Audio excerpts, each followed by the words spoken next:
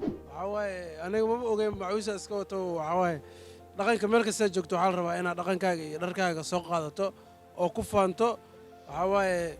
marka waxawaaye waaba iska socda hawagadiis la oo socda Birmingham la joogaa marka waxawaaye waa in salaama Soomaali Maxamedna ku faana dhaqankiina meel kasta joogtiin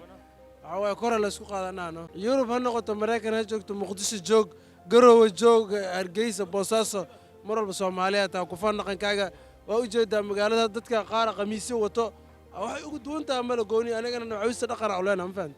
marka waxawaaye in lagu faano waa dhaqanka qof dhaqankiisa ku faano Xasan Maxamed Aadan oo ku magac dheer Lafweynta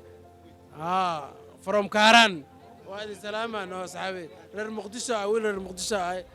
waa u jeedin dadkana waa kula yaabaya ninka macawiiska wato maxaa lagu leeyahay laakiin aniga dhaqankayga kama tagay Kaarana ku wada jir macawiista markaas oo kora ilaa ay hadda wata ma fahanti